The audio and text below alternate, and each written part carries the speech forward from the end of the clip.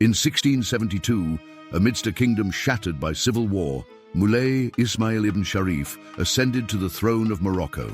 He inherited a fractured realm, besieged by rival tribes, European pirates, and Ottoman threats from the east. Ismail's first act was one of terrifying decisiveness. He personally led his armies to crush all rebellions with overwhelming force. His philosophy was simple: rule through absolute terror and unwavering discipline. Mercy was a sign of weakness. To build his power, he created the al-Bukhari, an army of 150,000 black slave soldiers loyal only to him. These soldiers were taken as boys, converted to Islam, and trained into the most feared military force in North Africa. With his army, he began his life's work, constructing a colossal imperial capital in Meknes, a Moroccan Versailles. Tens of thousands of Christian slaves and Moroccan prisoners labored for decades, dying by the thousands to build his dream. The result was a breathtaking city of palaces, mosques, and stables stretching for miles, designed to showcase his glory. He was a micromanager of death. He would personally execute laborers for laziness or poor workmanship. The walls of Meknes were perpetually decorated with the rotting heads of his enemies, rebels, and unfaithful servants. Court scribes were tasked with meticulously recording his killings. Some estimates reach 30,000 executed by his own hand. His personal life was as vast as his empire. He fathered over 800 children with hundreds of wives and concubines.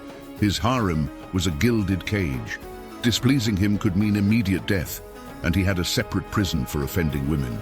European ambassadors wrote of his unpredictable rage and the constant palpable fear that surrounded him. He negotiated from a position of brutal strength, once threatening to invade France and place his horses in the Vatican. Through sheer terror, he achieved what none thought possible. He unified Morocco and secured its borders for 50 years. In his old age, the man who had built a kingdom with blood and slaves became increasingly paranoid, trusting no one. His prisons were legendary. Political rivals, servants, and even his own sons were imprisoned for decades in lightless underground dungeons. His own elite soldiers were not spared. For minor infractions, they faced flogging, amputation, or having their teeth torn out. Court life was a waking nightmare. A stain on one's clothes, a poorly chosen word, anything could be a death sentence. He saw rivals everywhere, even in his family. He executed several of his own sons for suspected disloyalty or weakness. The accounts of European slaves who survived his captivity provide a chilling first-hand record of his daily cruelties. The most horrific legend claims he built sections of his fortress walls using the skulls and bones of his thousands of victims. His violence was impulsive. He was known to push servants down wells or off ramparts for the slightest mistake. No one was safe.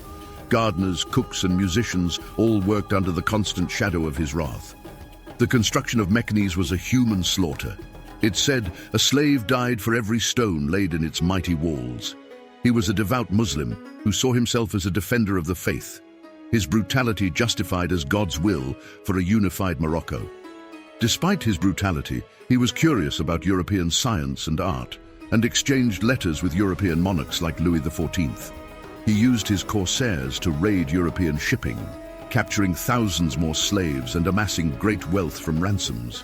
After 55 years on the throne, his body grew weak, but his will to rule and his capacity for terror never diminished. He died in 1727 at the age of 80, leaving a power vacuum that plunged Morocco back into the chaos he had spent his life eradicating. The true death toll of his reign is unknowable, lost to history and propaganda, but it undoubtedly numbers in the tens of thousands. His magnificent capital, built on a foundation of bones, fell into ruin without his tyrannical will to maintain it. Modern historians recognize his achievements in state building, but view him as a psychopath on an imperial scale. He remains a paradox, a man of culture and faith who was also one of history's most prolific and hands-on murderers. Today, the sprawling ruins of Meknes and its infamous prisons stand as a monument to his brutal yet effective reign. Local legends say his spirit and the spirits of his countless victims still haunt the crumbling walls of his palace. His reign demonstrates a grim historical truth. Prolonged stability can sometimes be forged in a crucible of absolute terror. he holds a strange place in history, unofficially holding the record for the most children fathered by any man in recorded history. His genetic legacy is immense. A significant portion of the Moroccan population may be descended from him. Moulay Ismail ibn Sharif was the ultimate absolutist ruler, a man for whom power was not just to be held, but to be enforced with relentless personal bloodshed. Ironically, today he is a national hero in Morocco, celebrated on currency and in history books for unifying the nation. His architectural marvels, like the hairy Eswani stables that housed 12,000 horses, now draw tourists, their dark history often softened. Scholars debate how much of his legend is true and how much was exaggerated by European captives and diplomats who feared him. He is a prime case study in the Machiavellian principle that it is better for a ruler to be feared than loved.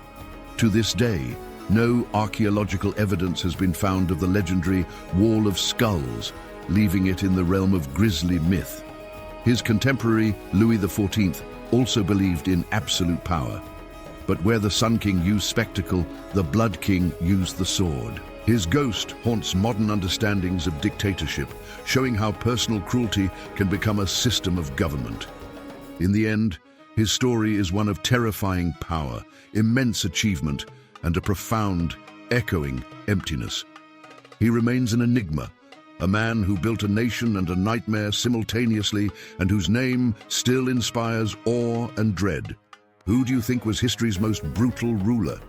Subscribe for more explorations of history's most compelling and dark figures.